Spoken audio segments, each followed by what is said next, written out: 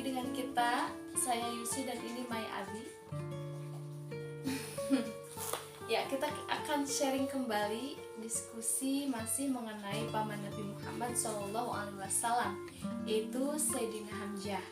Nah, yang mana Sayyidina Hamzah ini adalah beliau sosok paman yang sangat berani, kemudian juga beliau sangat membela Nabi Muhammad SAW dalam berdakwah menyebarkan agama Islam. Kemudian beliau juga dijuluki sebagai Asadullah atau singanya Allah dan panglima perang para syuhada. Nah, bagaimana lebih jelasnya lagi kisah dari Sayyidina Hamzah ini? Langsung saja kita akan ngobrol bersama Maya. Gimana kabarnya, Bi? Alhamdulillah sehat. Alhamdulillah. Ya, sahabat-sahabat juga mudah-mudahan selalu diberikan kesehatan dan kelancaran dalam aktivitasnya. Ya. Terima kasih dong. Ya, terima kasih juga kepada sahabat-sahabat Yuspan Official yang selalu support channel kami, yang sudah like, comment, subscribe, dan share. Mudah-mudahan amal baik sahabat-sahabat dibalas oleh Yang Maha Kuasa. Ya. Mengenai Sayyidina Hamzah ini, Bi, salah seorang paman Nabi Muhammad yang sangat membela Nabi Muhammad SAW. Itu seperti apa, Bi, pembelaannya terhadap Nabi Muhammad? Paman ini, Hamzah ini, sahabat Hamzah ini adalah paman Nabi meskipun usianya nggak jauh berbeda. Karena diceritakan beliau ini dengan Nabi ini satu saudara persusuan. Berarti kurang lebih 1 tahun 2 tahun usianya dengan Nabi. Tapi tetap posisinya adalah paman karena Hamzah adalah anak dari kakeknya Nabi Muhammad SAW. Nah, karena usianya tadi yang hampir sama gitu kan, sehingga kehidupan sehari-hari di masa kecilnya kan bareng tuh. Kayak bermain mengembala kambing, kemudian mungkin bermain yang lain lah yang dilakukan pada waktu itu. Ya pasti dominan gitu kan, lebih banyak dengan Hamzah daripada dengan paman-paman yang lain gitu kan. Nah, maka di situ sampai dewasa gitu kan, Hamzah ini tahu betul bagaimana sikap daripada Nabi Muhammad, bagaimana keajaiban-keajaiban, keistimewaan yang terjadi kepada Nabi Muhammad. Karena Nabi Muhammad dari kecil ini udah menunjukkan keteladannya gitu. Kemudian menunjukkan keistimewaannya, keanehan-keanehannya mungkin ya pada waktu itu. Dan Hamzah tahu, sedikit banyaknya tahu seperti Nabi Muhammad dadanya dibelah gitu kan, dibersihkan oleh malaikat.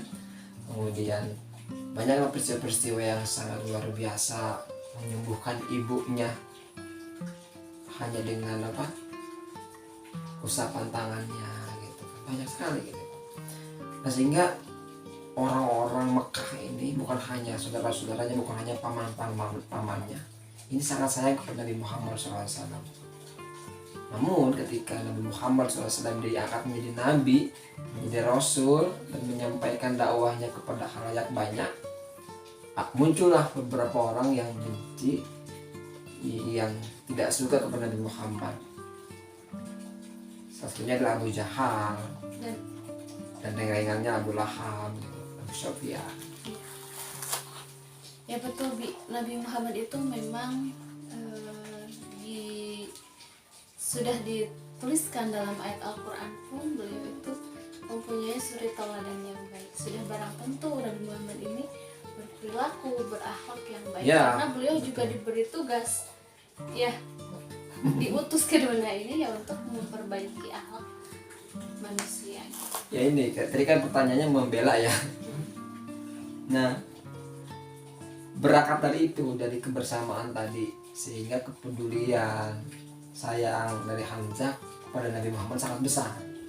Sehingga apapun yang terjadi kepada Nabi Muhammad, apalagi Hamzah mendapat amanah dari kakaknya Abu Thalib untuk melindungi Nabi Muhammad dalam situasi dan kondisi apapun, karena pada waktu itu memang posisinya Nabi Muhammad sedang didesak, sedang diincar oleh para pemuka Quraisy yang nggak suka gitu kan, karena ajaran tadi, ajaran Islam.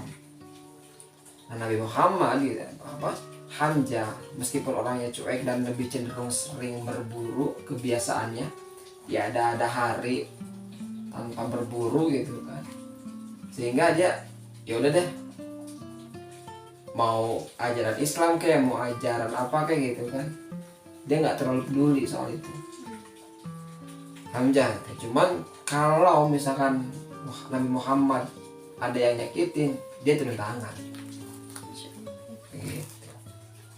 Sangat membela dan menjaga gitu ya Nabi Muhammad SAW. Ya lebih ke personal Nabi Muhammadnya, Iya. bukan ke ajaran Islamnya. Ya karena memang belum masuk Islam juga pada saat itu kan. Iya. Kemudian Hamzah ini kan sangat dikenal dengan gagah beraninya gitu kan. Nah itu Iya. seperti apa sih kegagah beraniannya? Ya karena berburunya itu ini ke hewan-hewan yang sangat luas, yang hewan-hewan yang ini bukan burung pipit, bukan bajing loncat ya. Kalau dulu kan saya berburu suka dari kecil, karena kan tinggal di gunung, jadi suka berburu. Bahkan dulu mah di kampung saya masih banyak babi, tapi nggak suka berburu babi, paling berburunya bajing, manuk piit, cirilik gitu kan, senang tuh.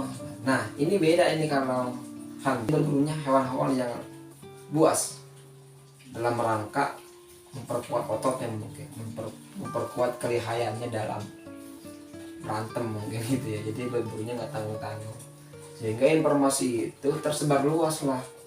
Karena suatu waktu Hamzah pulang ke Mekah membawa buruannya, diselendangkan gitu, harimau mungkin dan lain-lain, rame itu dibincangkan. Ini Hamzah gila gitu kan berburunya kayak gitu. Kemudian berarti kan kalau sudah berawal dari kegemaran ya, keberanian dari berburu itu sudah lihai gitu berburunya.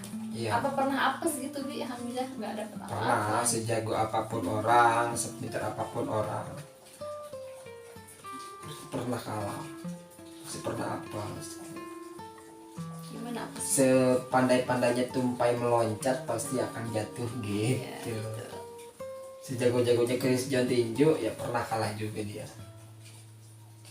Kemudian kan selain gagah berani, Sayyidina Hamzah juga dijuluki sebagai Asadullah atau singanya Allah. Nah, itu bagaimana sih sehingga perjalanannya sehingga bisa dijuluki sebagai Ya singa karena Allah? berburu singa, jadi disebut singa Allah. Hubungannya apa? Ya karena berburu singa. Coba kalau berburu kucing, mungkin kucing Allah.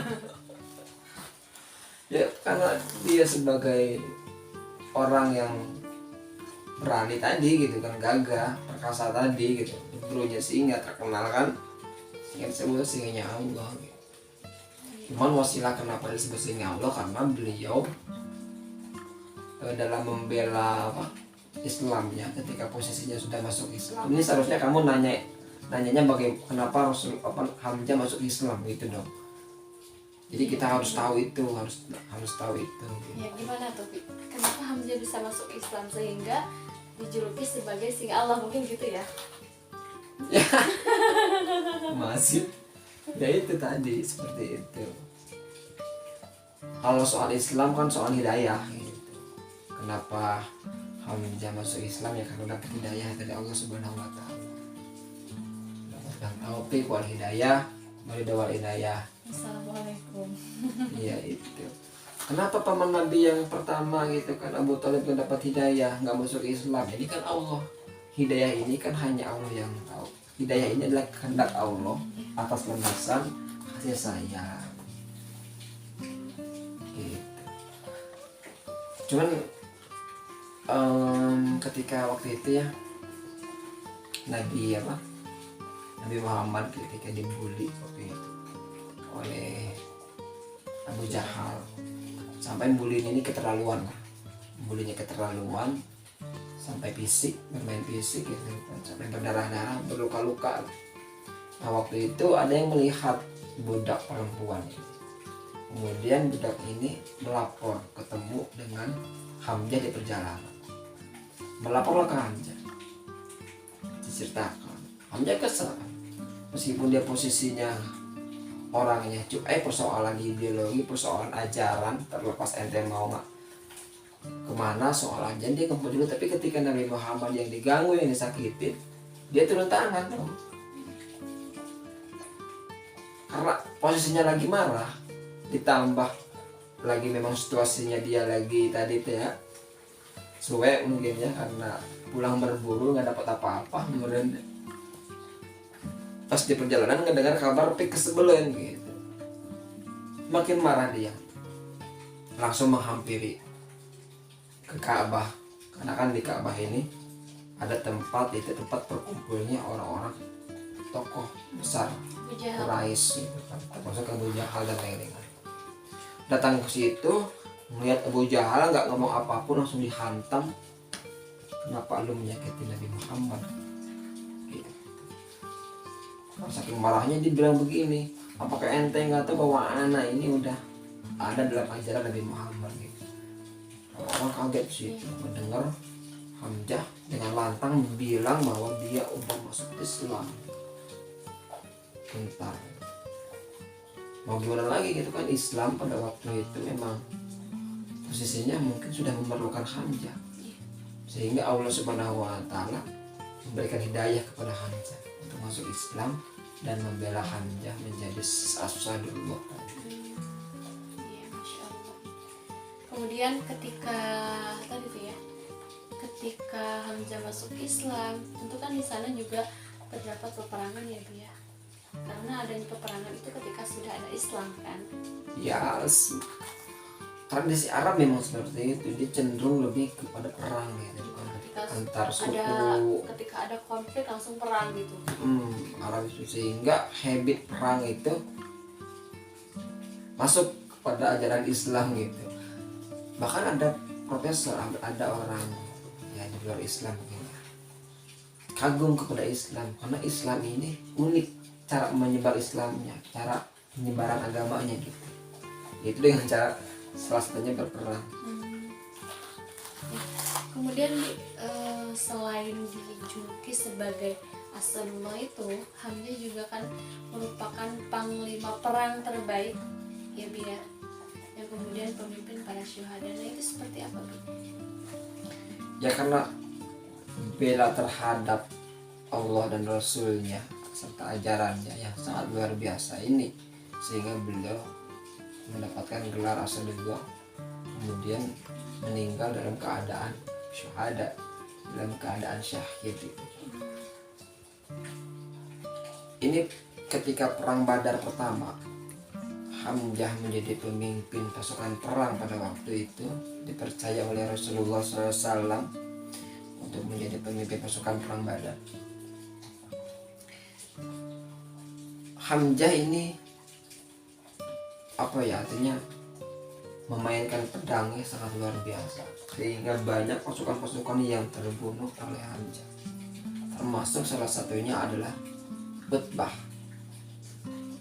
kemudian dan bapaknya Hindu gitu kan, dan saudara-saudaranya Hindu ini meninggal di tangan Hamzah, sehingga ketika perang Badar diceritakan dimenangkan oleh Islam, sehingga Hindu posisinya pada waktu itu sangat benci kepada Hamzah karena orang tuanya dan saudara-saudaranya meninggal di tangan Hamzah.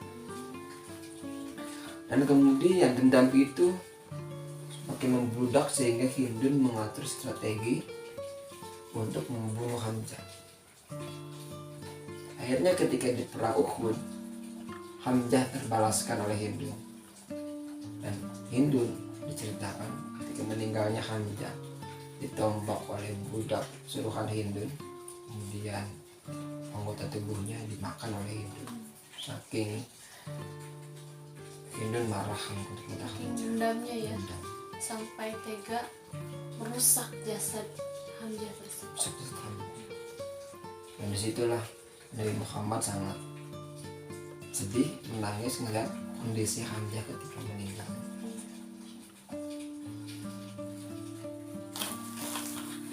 Ya, Masya Allah, sungguh luar biasa sekali ya perjuangan dan pembelaan juga keberanian dari Sayyidina Hamzah ini.